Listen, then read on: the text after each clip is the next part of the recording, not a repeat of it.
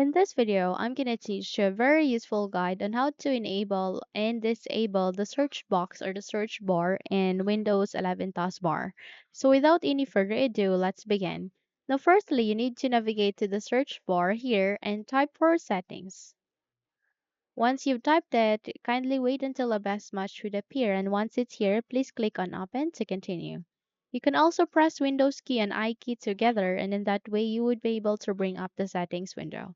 So please wait until everything are set here, and once everything are ready, please navigate directly at the left pane of that. You can see there a list of the option.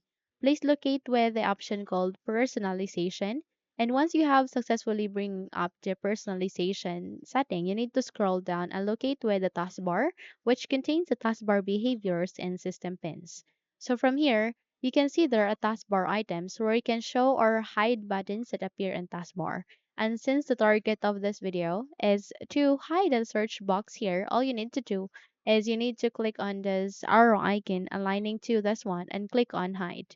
In that way, you would be able to hide the search box in your Windows 11 taskbar. Okay? On the contrary, if you would like to show or enable the search box in the Windows 11 taskbar, all you need to do is you need to navigate here at the taskbar where no specific icons or applications are being selected. Please make a right click and click on taskbar settings, which has the gear icon. In a few moments, you will be redirected to the settings, particularly to the taskbar setting.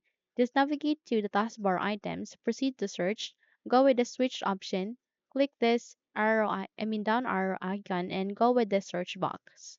In that way, you would be able to enable again the search box here in your Windows 11 taskbar. So by that, you can now close the window and that's it.